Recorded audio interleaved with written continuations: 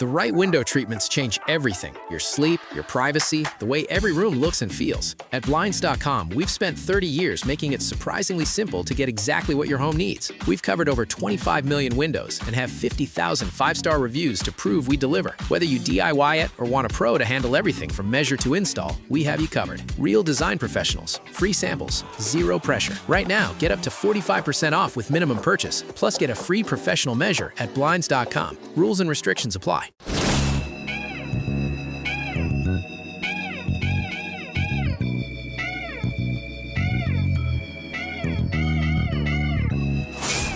The sound of praise for your Sunday morning. The only one who could ever teach me. Introducing Reverend A.R. Bernard of the Christian Cultural Center. Was the son of a preacher man. And Rabbi Joseph Potasnik of Religion on the Line. The only one who could ever teach me. Now, here's the Rev and the Rabbi, where faith matters. Good morning, I'm Rabbi Joseph Potasnik. And I'm Reverend A.R. Bernard. Reverend, I have a friend who called me the other day and told me that he has second row seats at Madison Square Garden. And how much? Well, so he's taking his daughter, and he said he was offered $102,000 for each seat. Right? Whoa. So I said to him, look, you know, I married you years ago. I named your child. I think the least you could do is give me those 2 tickets. And the least. I said, and in return, I will get you front row seats in a major Jewish synagogue in New York City. And if that didn't satisfy him, I was going to say, I'll try to do my best with Christian Cultural Center in Brooklyn. Try to get you in there. That's a tough one. That's a tough one. That was the highest price in the city. I want to tell you talk about affordability. Wow. I mean, that's great. Well, average, it runs $2,500 to $50,000 for a playoff, $50,000 for a playoff. But this one, oh my goodness. You know, when you can sit at home, relax, and watch the game without spending that kind of money. I was telling you off air that someone had posted that his parents are diehard Knicks fans, and he has money. He bought 2 tickets for them, surprised them with them, spent $500,000 courtside. And what I asked you was, if our kids did that to us, first I want to know, where did you get the money? And why did you spend it so foolishly? Right? I want to know what line of work are you in. But, $500,000 is a drop in the bucket. Doesn't sound like what you told me you were doing. Right? But look, the Knicks have come a long way, man. I'm excited. I'm really excited. I remember, I go back 53 years, okay? Mm-hmm. I remember, not just the 27 years ago, when they got pretty far, but I mean, when we won the championships, that was huge. Well, so I understand the excitement. If you were from Boston, you wouldn't have to wait 53 years to win a championship. Here we go. You know, but listen, it's an exciting We've had time. some tough times, okay? That's are you aware that's of an all excuse. the conspiracy? What's that? Are you aware of all the conspiracy theories that it's rigged, that it's already set up for them to win this championship? Really? So you miss all that crazy stuff. When people say these things, you can't even argue with them. It's so beyond reasonable that you can't even pose an argument. There's a craziness out there. Yeah, there's not a rational conversation. No, not at all. Not at all. It was a number 6 on the 7 train that did it. All right, look, it's a proud moment to be a New York Knicks fan. So good luck. Well, I will tell you, there's a lot of preparation, a lot of police presence. Concerns that everybody will behave themselves, and that's real. I'm with the force now, so we get a memo looking at all of the holidays that are coming. You're talking about the soccer, FIFA. With the soccer games, you're talking about the Knicks games, you're talking about the sailing that going to take place in the Hudson River. A lot of activities, Yeah. but there's a hope that Knicks fans will behave themselves. I think they will. So I think they talking will. about But all the money yeah, we made yeah, too. yeah. Talking about a strong police presence today in New York Aha, City, you have the aha. That's right. Israel Day Parade, Israel Day Parade. and we've had parades going back to I think it was 1964. Over 60 years of parades. Maybe I don't know the exact number, but over 60 years. This is the first time, by the way, that the mayor of New York City has not walked in the parade. And there's been a lot of controversy about that. I was very proud of the police commissioner who at the press conference, I know you saw it, she used one word that to me was outstanding. The word was proudly. She said the mayor makes his decision whether or not to walk, and he's done that. I will proudly walk in the parade. Yeah. And when I hear a person of my faith speak proudly, it makes me proud. So that was one of those moments that you will, are very memorable and very meaningful. It was short, sweet, and filled with moral clarity. This is who I am. You're going to be who you are. That's okay, but this is who I am. Yeah, And this is where I stand. This is what I'm going to do. I respect that. yeah, I respect that. and you're not going to deter me, right? It's her way of saying that whatever your position is, it's not going to deter me from doing what I think is paramount in my life, and that's marching with my community on this day. And she was wearing a Jewish star when she said it. And look, I think You sound proud of the moment. You sound like chest is a little out there. Okay. no, I get it. because one of the reporters said to me, the mayor mentioned the government of Israel, Netanyahu. I said, sir, let me stop you right there. This is not a policy parade. This is a Jewish people parade. We're proud that we have a state of Israel. We're proud that finally, after all the years of suffering that we endured, we can finally say we have our own homeland. As my parents would often say, if we had Israel, there wouldn't have been a Holocaust. So there's much to be proud of. And when a police commissioner doesn't shy away from, making that kind of statement, it really, it makes all of us stand a little bit taller. And I know we have members of our community who always find things that are wrong. The chronic critics are always looking to find something wrong. We have politicians who are strangely silent when there's a wrong committed against the community, but they are strongly loud when they see a wrong committed by the community. So you'll find there are certain politicians that don't march in the parade. And I'm talking about members of the Jewish faith. The mayor is another story, but that you could be a Jewish politician and somehow try to minimize that or only maximize it when you're looking to find fault. That to me is shameful. Yeah. Well, let's talk about the deeper subject. You and I really haven't unpacked this whole idea of a homeland. We're probably going to have to run into the next segment on this. But why is that so important to have a homeland? Well, we have a deed written in the Bible, right? Given to Abraham, passed on from generation to generation, that I give you this land. This is when we left Egypt, we left slavery, we marched towards the promised land, the land that was given to us by God. So there is a historical religious basis for this special sacred land that, and by the way, those who say, well, there were Palestinians, I said, listen, there's a partition plan. The Arab communities had a chance to live side by side with Israel.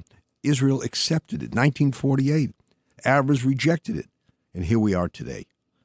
So, all right, we have to go to a break, but I'm going to ask a big question. Suppose I don't believe in your Bible, which means I don't believe in that covenant. Okay. What happens? All So right. let's dig in. I want to look at it from a more historical perspective, Right. and appreciation for what has happened throughout history with that land itself. But hey, we're going to be back. We're in a conversation here on the Rev and the Rabbi, right here on Red Apple Radio Network. Stay tuned. We'll be back. Reverend A.R. Bernard, Rabbi Joseph Potasnik, where faith matters. The Rev and the Rabbi.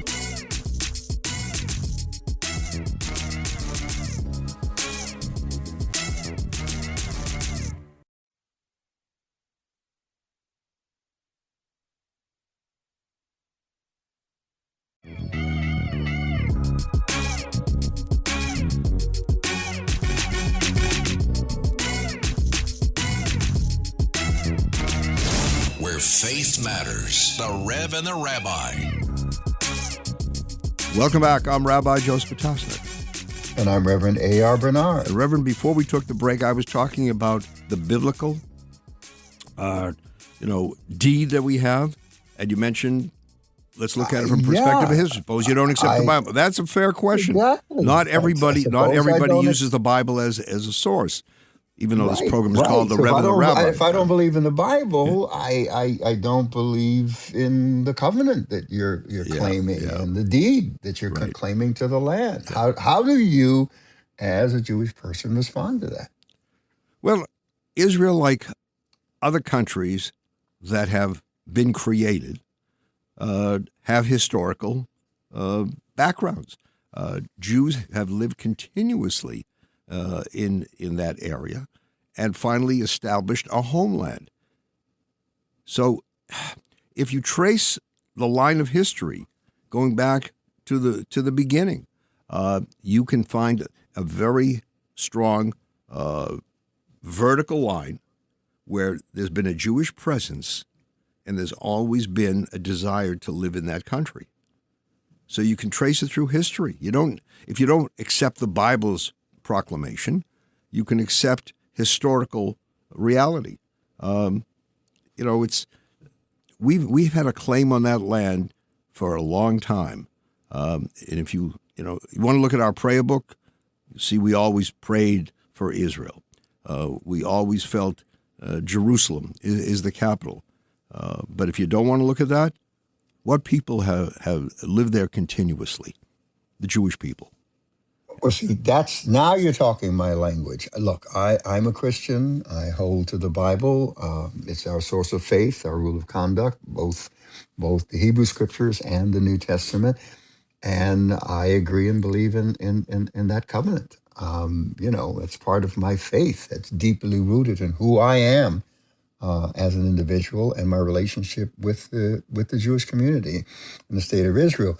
But you said something so important. The Jews have been there throughout history. I mean, the earliest history of Jerusalem goes back to the Canaanites and the Jebusites. And even in your text, the conflict between the Canaanites, the Jebusites, and, the Israelites.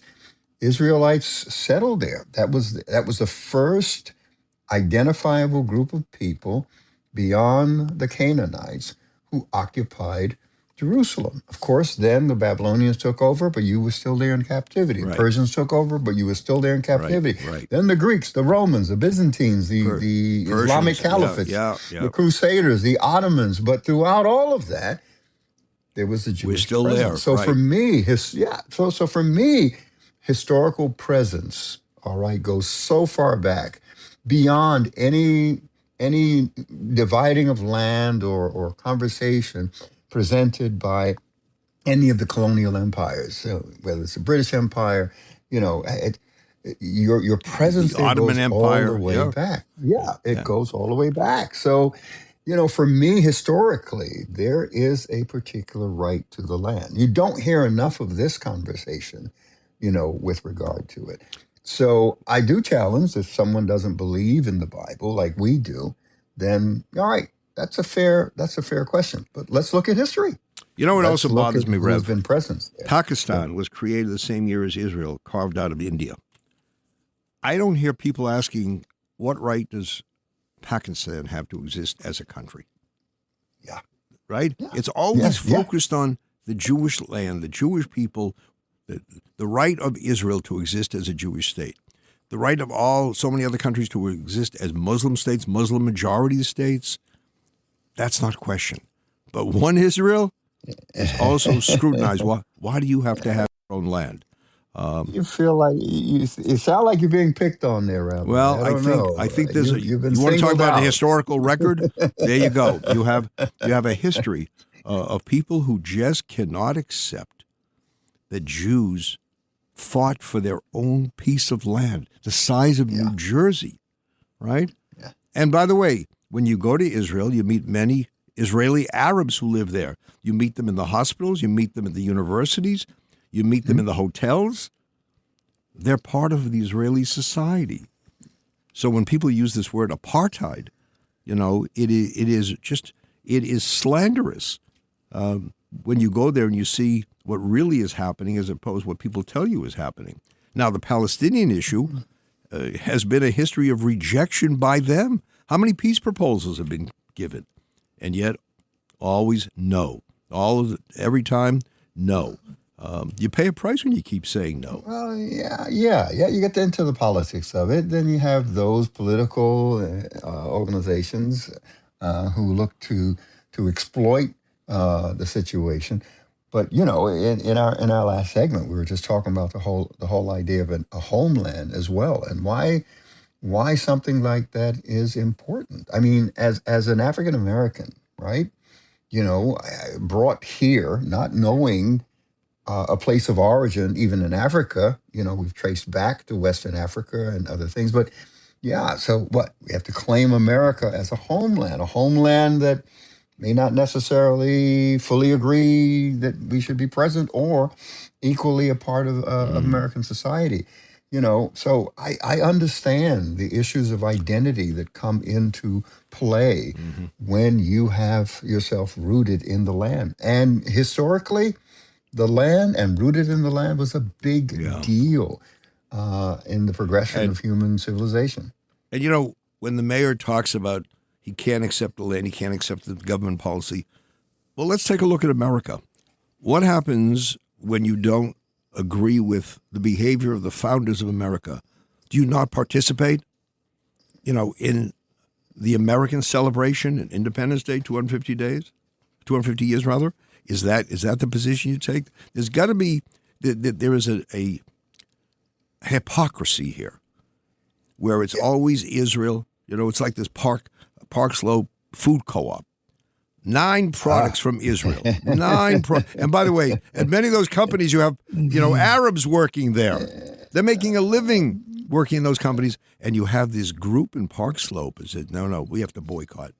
And I would say you got to explain it. Explain it to our audience. Everyone may not have read the story. So there is a food co-op in Brooklyn, Park Slope, where you buy, I guess it's less than you pay in certain markets. And, on the list of products, there are 9 that come from Israel. And the group of cooperators voted. It was a 60-something% of the cooperators voted to boycott, to ban the Israeli products from being sold. Right? Now, they didn't ban the Chinese products. They didn't ban the Russian products. Right? They didn't ban anything from countries where there's real hatred, where there are attacks on people on a daily basis. That they didn't do. And I would add to it, I would ask those cooperators to go home and to rid themselves of all the Israeli products, all the medicines that were developed in Israel, all the Microsoft stuff that comes out of Israel. Get rid of it. I want to see how well you're doing. Right? When you go to the hospital, tell them, don't give me any of the medicine that was developed in Israel. Good luck to you. Look, I understand boycotting, that's a part of the civil rights movement. That's how things got started to change situations here in the United States. I get that. But it's a boycott that singles out a particular people, the Jewish people. Yeah. I get it. Yeah. I So understand. one-sided boycott. But anyway, today, 11:30, New York City, Fifth Avenue. It's going to light up. We are going to walk, as the police with commissioner Jewish said, pride. we're going to walk proudly. FDNY's there, so many New York. And by the way, there are Muslims who are walking in that parade. There are Christians who are walking in that parade. Yep. So, Yep. Yeah, So it's a it's, you collection know, of people yeah. who understand and support So the look, the mayor reality. made a decision. He's not walking. Okay, we are, and we're walking proudly. So let's enjoy the day, and let's be proud of our heritage and stand up for our people. Amen to that. All right. And you heard it all here on the Rev The Rabbi show. But when we come back, we're going to have the controller of the city of New York, Mark Levine, who, by the way, is also going to be marching in the parade. Uh-oh. Okay. We'll be back with more of the Rev and the Rabbi right here on Red Apple Radio Network.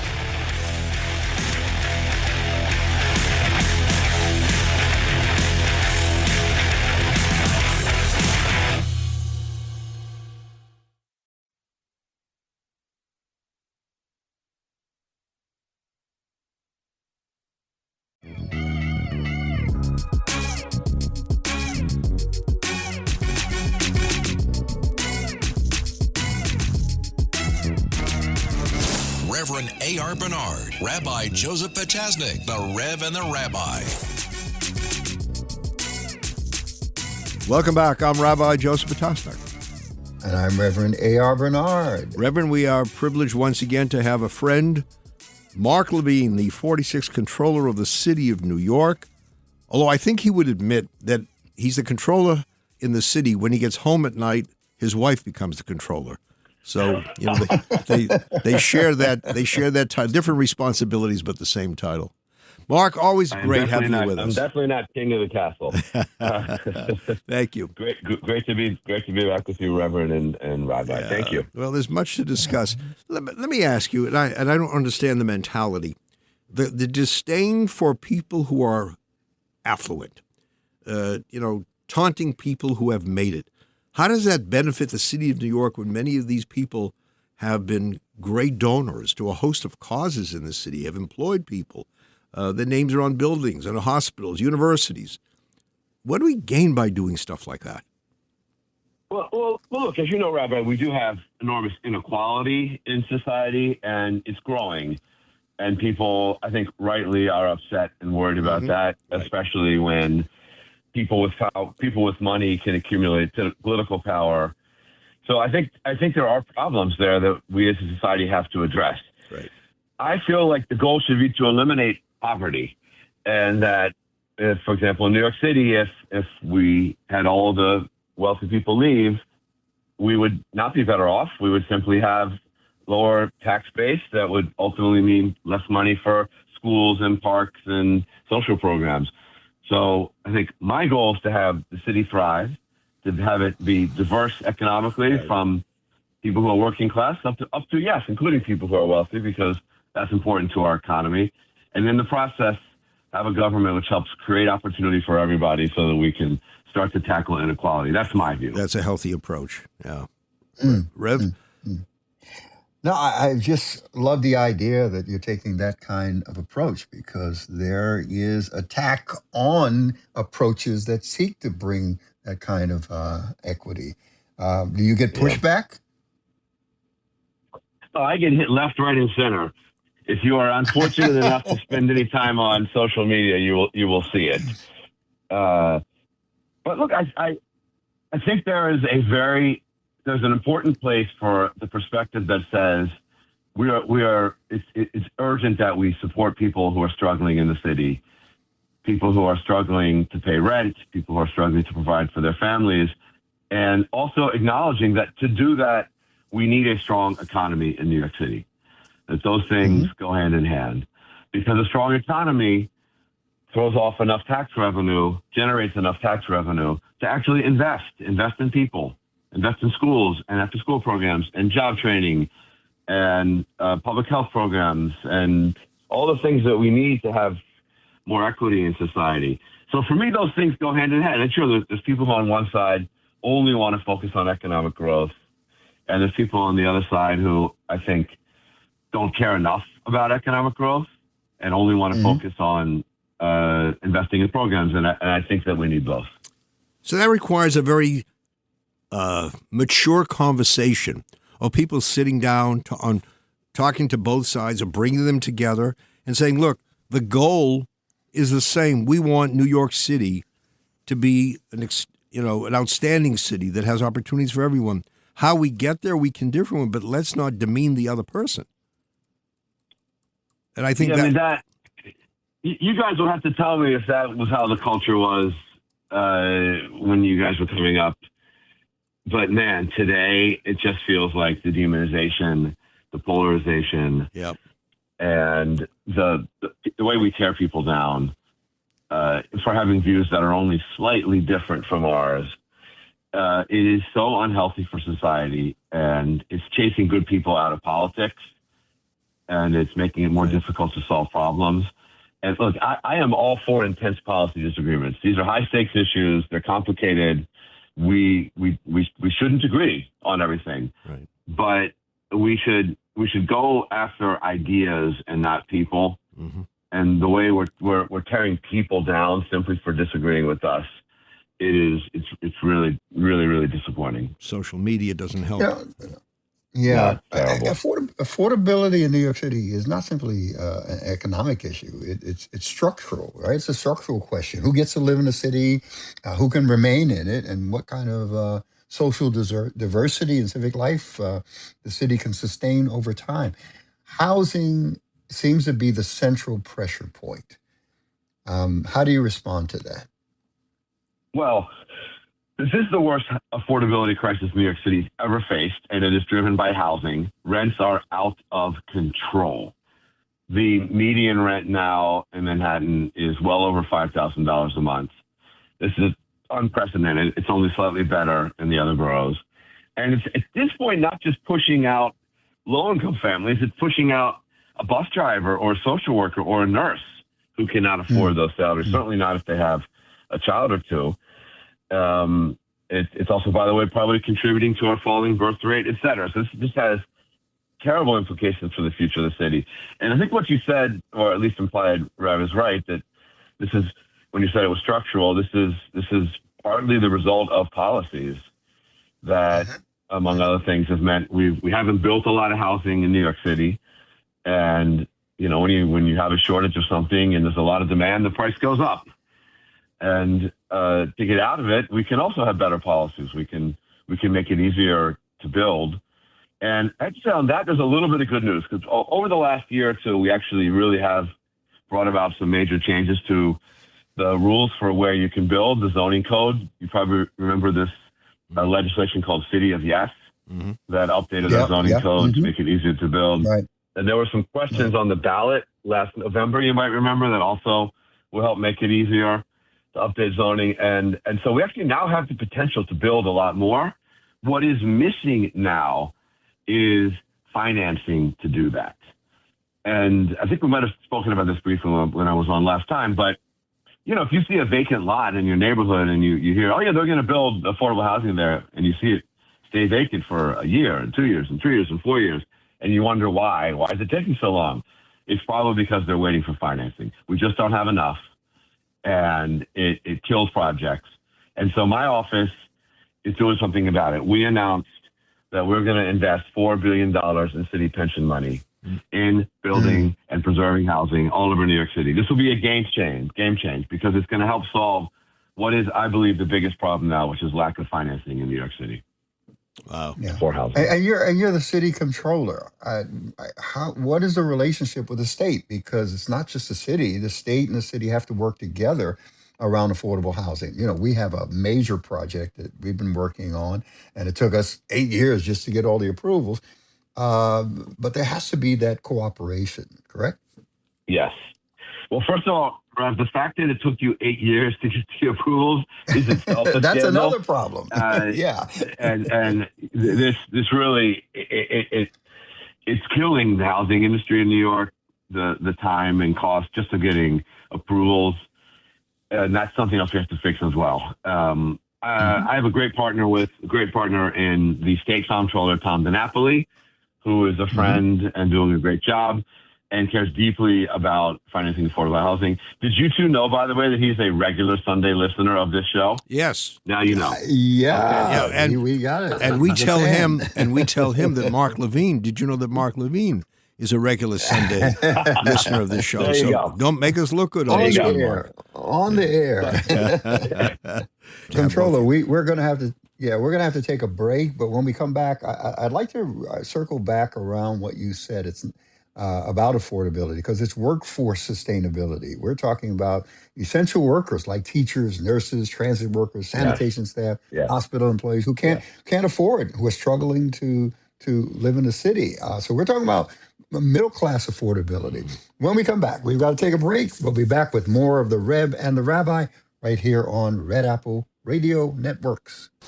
Reverend A.R. Bernard, Rabbi Joseph Potasnik, the Rev and the Rabbi.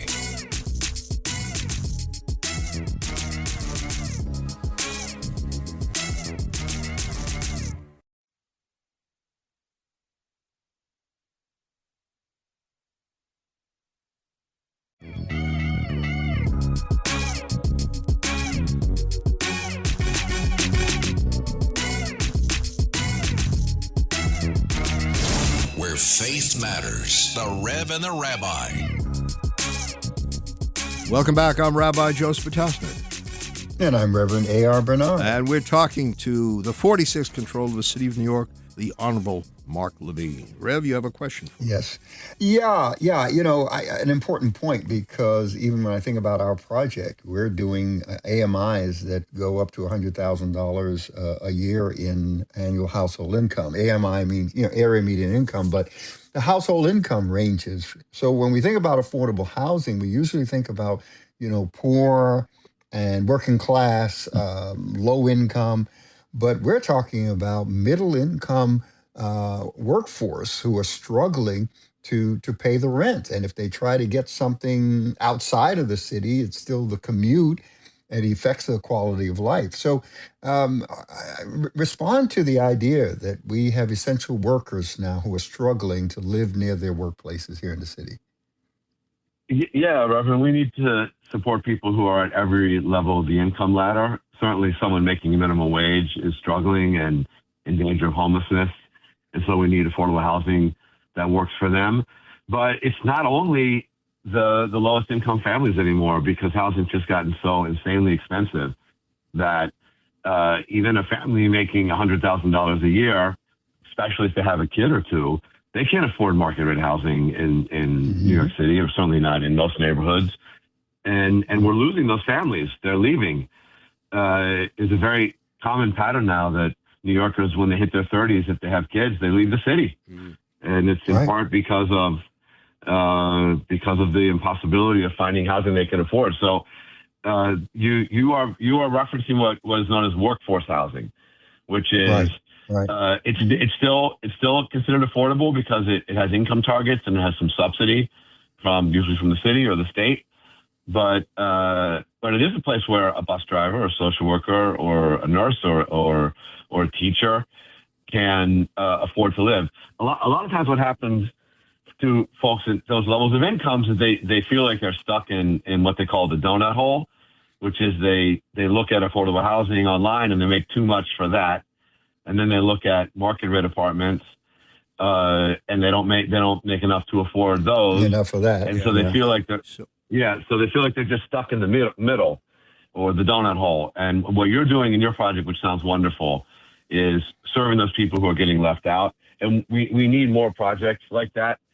And we're very deliberate in making sure we focus on those kinds of projects. We have some in the pipeline that are targeted towards workers. Somebody was talking to me about generational subsidies, that now you have this young generation, talk about $5,000 plus for an apartment. Single person can't afford to live there, has to get a subsidy. Parents, other family members, roommates, right? So it goes beyond, that particular group. But to me, what you're saying and what Rev has mentioned, this is a perfect conversation to have with people, who have made it and say, look, we want to keep this workforce in the city. This benefits all of us. Well, we don't have police, fire, all the, supportive services here.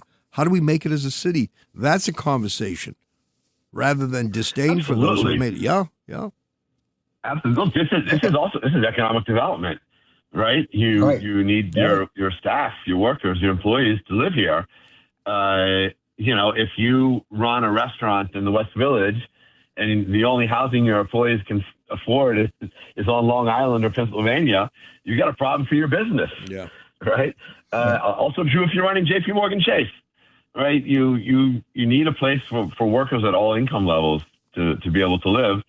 And so affordability is also in part economic development. Yeah. Right.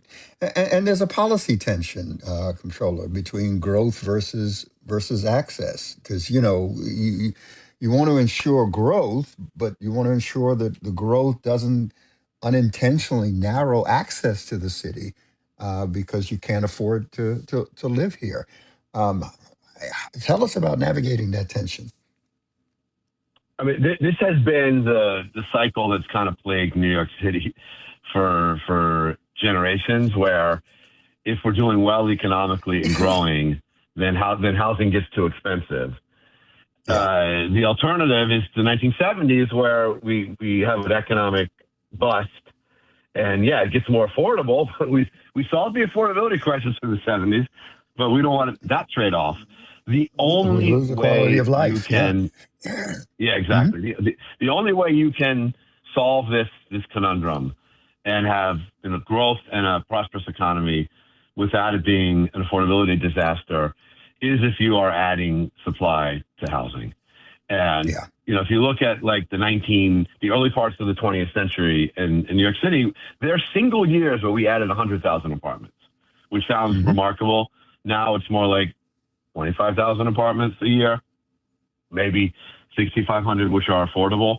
And that pace is not going to do it.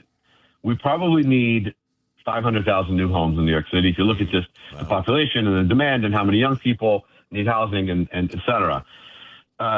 So, we could do that in a decade if we were building 50,000 units a year. So if we doubled the pace, to me, that should be the goal. That if we can do that, then we can break out of this cycle. We can be prosperous as a city, and we can make the city safer and improve quality of life. But there'll be new housing that will take some pressure off the rents. That is the only way forward, to me, that avoids the trap that we've been caught in the past. Mr. Controller, I want to ask you the budget, pass a budget. And you know that in passage of budgets, there's some gimmickry, there's some real serious approaches. Talk about both. Talk about some of the gimmicks that are often used, not just in this administration, but over the years, historically, these one-shot measures that really don't change the dynamic. Right. Look, this is a tough year for the budget. It's the toughest budget year we have faced since the Great Recession, which is pretty surprising because the economy in New York City is still growing. There's challenges we can talk about, but in many ways, the city's booming. And to have a budget challenge in a booming economy means something is wrong. And we have a structural problem in New York City's budget, which is very simple. We spend more than we bring in. Recurring expenses exceed recurring income in New York. And that's got us in a pretty big hole. We are in better shape than we were in January. When I got into this job of comptroller, it sounded the alarm and announced that we were facing a $12 billion deficit. A few things have happened to help. One is that the economy has done so well. Wall Street had its best bonus season on record that that chopped several billion off the gap. A reminder that we do need a strong economy to make all this work. We got a lot of help from Albany. Credit to the governor and the State Assembly and State Senate, and also credit to the mayor for fighting for that. But we got billions in help from Albany. Now, this gets a little controversial, but have you heard about the refinancing of the pension that we're going to do? This is a piece of the puzzle where it's sort of like a mortgage where you're a few years out from paying it off. So, maybe you have a 30-year mortgage and you're in year 23, and then you kind of refinance to extend it out 5 more years, and so you lower your payment. Well, that's going to happen now with the pension that was in the state budget, and so that's going to throw off probably $2 billion more in cash every year for the city. Now, I would put that in the category, Rabbi, of one shot. Right. You can do that once, but and by the way, it was made possible again because Wall Street has done so well over the last decade.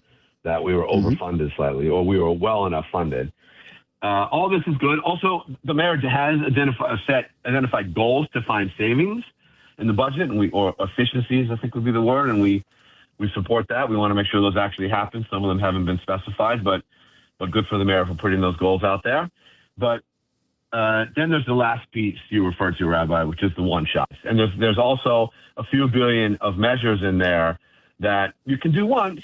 There's sort of an accounting move, but then you can't do them again next year. And some of them get very technical, but we have a pool of money, we call it the labor reserve, that is used for negotiating contracts. And they're going to take some money out of that, which you can do once and it's probably justified, but then you can't do it next year. Some of the state aid we got is not recurring, so it helps us this year. But again, it's a one shot. Right. And the problem then is that you're just kicking the can into next year. And we have a very big can waiting for us next year. We have a $7 billion gap next year, going up to $10 billion by 2030. So we're going to be right. I'm going to be on this show in early 2027, and we're going to have exactly the same conversation about a massive deficit, and do we need to raise taxes to close it? And by the way, guys, this doesn't even deal with the fact that we could have a recession. I mean, I hope we don't. I hope we have another great year in the economy. But, you know, with the crazy tariffs and the war in Iran and the price of oil and all of those problems, I think we should all be a little bit cautious. Then there's the concern about AI and could it disrupt the economy. Right. So to me, we should be actually trying to stockpile money in our reserves right now, kind of the opposite of a one shot. We should be taking measures to prepare for tough days ahead. Yeah. And we're not doing that yet in the budget. Now, it's not due till June 30th, so it ain't over yet. Yeah. And so I'm going to be pushing very hard. All right, we come to the end of the program. I just want to say, and I know the Rev is shy, Mr. Controller.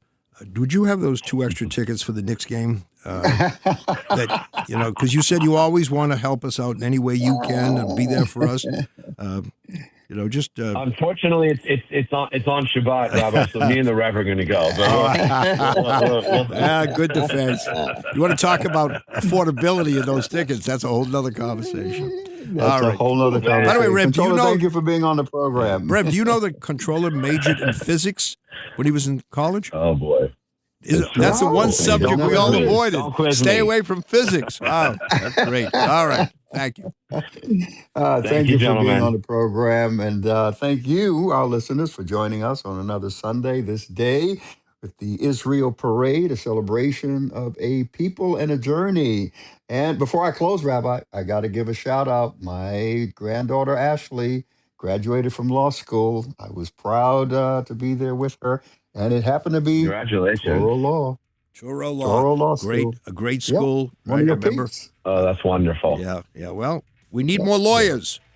That's great. Yes, we need more lawyers. And thank you. All right, great. And we need more listeners. So thank you for tuning in. Until next time, right here on Red Apple Radio Networks, the Rev and the Rabbi. God bless.